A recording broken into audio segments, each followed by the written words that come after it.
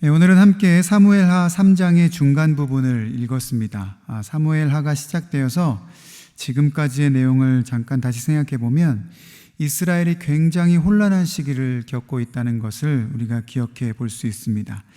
첫 번째 왕인 사울이 죽은 후에 다윗이 헤브론에서 유다의 왕이 되었지만 사울의 아들은 또 이스라엘에서 따로 왕이 되었습니다. 이 사람의 이름은 이스보셋이고 이 이스보셋을 왕으로 세우는 데는 사울의 군사령관인 아브넬이 굉장히 많은 공을 세웠습니다. 그 이후에 보면 이 아브넬이라는 이 군대 장관이 다윗의 군대 장관인 요압과 전쟁을 하는 내용들이 기록이 되어 있는데요. 아주 혼란한 시기였음을 이 전쟁의 장면들을 통해 우리는 알 수 있습니다.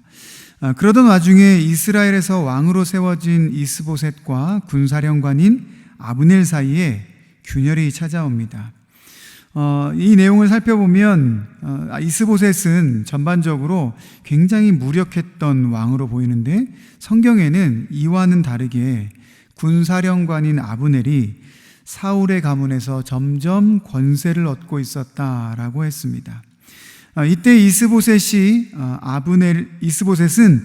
아브넬이 자신의 아버지의 첩, 그러니까 사울의 첩과 통간하였다고 꾸짖습니다. 성경에는 그 사건이 실제 벌어진 일인지 아닌지는 정확하게 나와 있지는 않습니다. 그러나 이 아브넬은 그 꾸짖음에 아니라고 답할 뿐만 아니라 그 꾸짖음을 매우 분하게 여기고 그래서 이스보셋에게 등을 지고 배반하게 되는 일이 기록이 되어 있습니다. 그리고 나서 이 아브넬은 하나님이 다윗을 왕으로 세우신다 하신 그 약속을 내가 이루겠다라고 이렇게 결심을 하고 다윗을 찾아와서 돕겠다라는 의사를 밝히는 내용이 이전에까지의 내용에 기록이 되어 있습니다.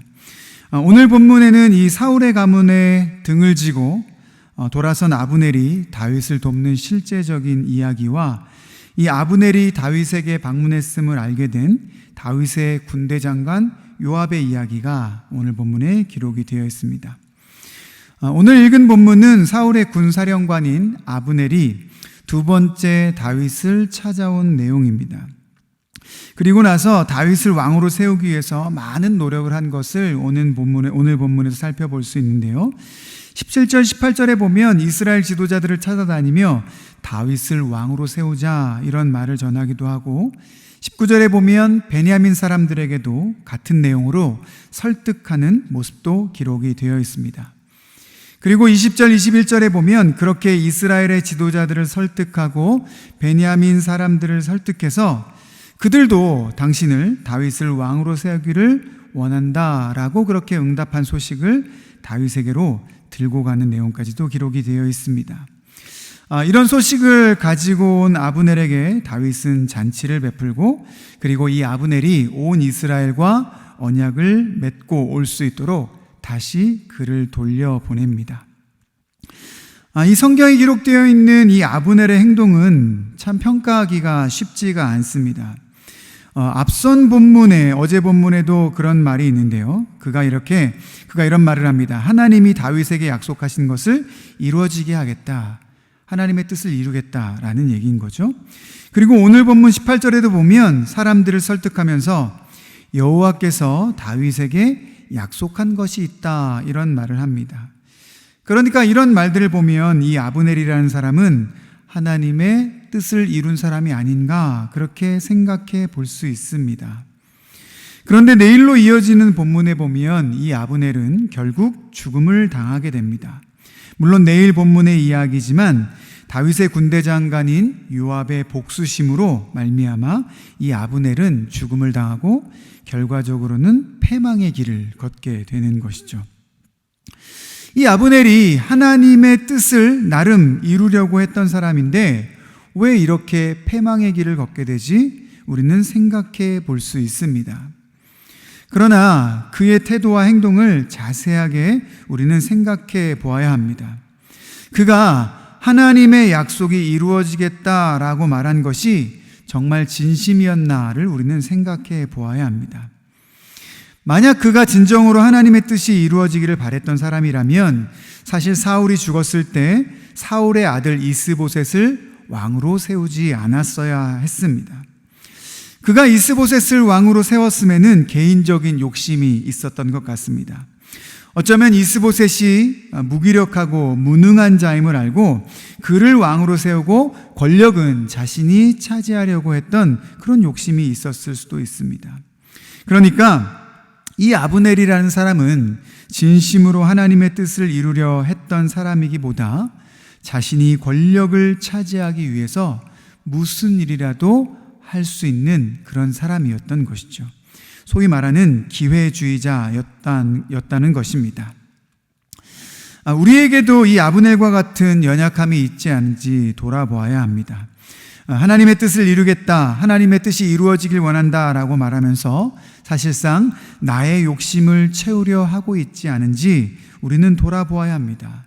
나의 유익을 위해서라면 사람 간의 신뢰조차도 가볍게 여기고 있지 않은지 우리는 우리 자신을 돌아보아야 합니다.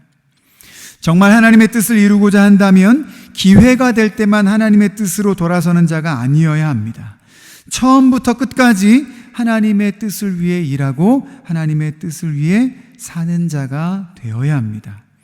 그러한 자를 하나님께서는 기뻐하시는 줄 믿습니다. 기회주의자의 모습으로 살았던 아브넬, 그의 연약함을 우리의 삶에서 벗어낼 수 있는 그런 아름다운 믿음을 가지는 금광의 성도님들 되시기를 주님의 이름으로 축복합니다. 오늘 본문에는 다윗의 군대 장관인 이 요압도 등장하는데요. 이 요압의 행동도, 그의 행동도 옳고 그름을 판단하기는 참 쉽지가 않습니다. 이 아브넬이 다윗을 찾아왔다가 돌아갔다라는 얘기를 들었을 때 이 요압은 다윗에게 왜 그를 그냥 보냈느냐 이렇게 묻습니다. 그리고 나서 하는 얘기가 뭐냐면 이 아브넬은 순수하게 온 것이 아니다. 왕을 속이기 위해서 온 것이고 왕의 동태를 염탐하기 위해서 온 것이다, 이런 말을 합니다. 물론 실제 아브넬이 보여준 그런 모습에 비하면 이 요압의 판단이 딱 들어맞았다라고 할 수는 없지만 아브넬의 행동이 순수하지 않다라는 것을 본 것은 일정 부분 맞는 판단이기도 합니다. 이후에 보면 이 요압은 평안하게 돌아가고 있는 아브넬을 전령들을 통해 다시 데려오게 합니다. 그리고 이어지는 내일 본문에 보면 이 아브넬을 죽이게 되죠. 그리고 그렇게 이 아브넬을 데려오는 과정에 보면 오늘 본문 26절의 끝에 다윗은 알지 못했다, 이런 기록도 남겨져 있습니다. 여러 가지 옳은 것 같은 행동을 하지만 사실 이 요압도 다윗의 군대 장관으로서 왕에게 알리지 않고 행한 그런 모습도 있습니다. 아브넬의 행동을 신중하게 바라보고 그의 행동이 순수하지 않았음을 본 것은 긍정적으로 볼 수 있지만 왕에게 알리지 않고 독단적으로 행동하는 것, 그리고 내일 본문의 내용을 보면 개인의 복수의 마음으로 이 아브넬을 죽이는 것을 보면 이 요압의 행동도 모두 옳다라고 보기는 어렵습니다. 이 아브넬이나 요압이나 모든 사람들이 옳게 행동을 하는 것처럼 보이지만 순수하지 못함이 있는 것, 그리고 개인의 복수로 죽이는 것을 보면 어쨌든 이 사람들의 모습에는 아쉬움이 있습니다. 그리고 어쨌든 직접적인 사건의 연관성은 없지만 여러 가지 어려운 일들이 벌어지고 있는 이 상황 가운데 정확한 상황 판단을 하지 못하고 잘 정리하지 못한 다윗의 모습도 사실은 아쉬운 부분이 있습니다. 그러나 오늘 우리가 본문을 읽으면서 한 가지 깨달을 수 있는 사실이 있는데요. 그것은 이렇게 복잡하고 혼란스러운 상황에서도 하나님은 온전하게 하나님의 뜻을 이루어 가신다라는 것입니다. 개인의 권력을 위해 기회주의적으로 이 사람 저 사람에게 붙어서 자신의 권력을 얻으려 하는 사람들이 있었고, 또 결과적으로는 하나님의 계획하신 역사를 개인 복수의 마음으로 망가뜨릴 뻔한 그런 상황을 만든 사람도 있었지만, 다윗을 이스라엘의 왕으로 세우고자 하신 하나님의 뜻은 선하게 이루어지고 있었다라는 것입니다. 하나님이 하나님의 계획을 이루고 계신 것이죠. 이 세상에서 벌어지고 있는 일들을 보면 참 복잡한 일들이 많습니다. 꼭 이스라엘의 역사 속에서뿐만 아니라 지금 우리 시대의 역사에도 마찬가지죠. 권력을 잡기 위해서라면 어떤 행동이든 하는 모습은 지금도 마찬가지입니다. 꼭 우리나라뿐만 아니라 인류가 살고 있는 모든 나라에 마찬가지죠. 권력을 잡기 위해서 정치적인 투쟁을 할 뿐만 아니라 물리적인 전쟁을 벌이기도 합니다. 그래서 우리가 살고 있는 이 세상을 보면 걱정되고 근심되는 일들이 참 많이 있습니다. 그러나 이렇게 복잡한 세상을 사는 우리가 잊지 말아야 될 사실이 한 가지 있는데요. 하나님이 모든 역사의 주인이 되신다는 것을 우리는 잊지 말아야 합니다. 뿐만 아니라 모든 것이 복잡하게 돌아가고 있는 이 시대에도 하나님은 하나님의 뜻을 신실하게 이루어가고 계신다는 것을 우리는 잊지 말아야 합니다. 꼭 이것이 사회와 역사뿐이겠습니까?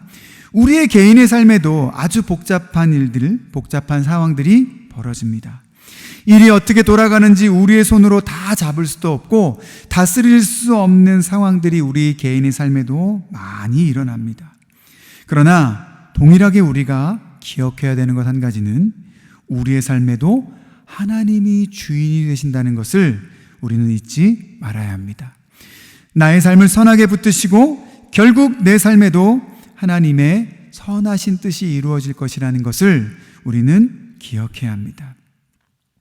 우리는 복잡한 세상을 살아갑니다. 복잡한 삶을 살아갑니다. 그러나 이 복잡한 세상과 복잡한 삶을 살아가는 우리 자신이 우리 마음 가운데 다시 한번 하나님을 붙잡는 성도들이 되기를 원합니다. 하나님이 모든 역사의 주인이시며 내 삶의 주인이심을 온전히 믿고 하나님께서 결국 역사를 선하게 인도하실 뿐만 아니라 내 삶을 선하게 인도하실 것을 믿는 그런 성도님들이 되시길 원합니다. 그렇게 하나님을 신뢰하는 마음으로 선하게 인도하실 하나님께 늘 기도로 나아가는 복된 믿음의 삶을 살아가시는 우리 모든 금광의 성도님들 되시기를 주님의 이름으로 축복합니다. 이 시간 함께 나눴던 말씀을 기억하면서 기도의 자리로 나아가겠습니다.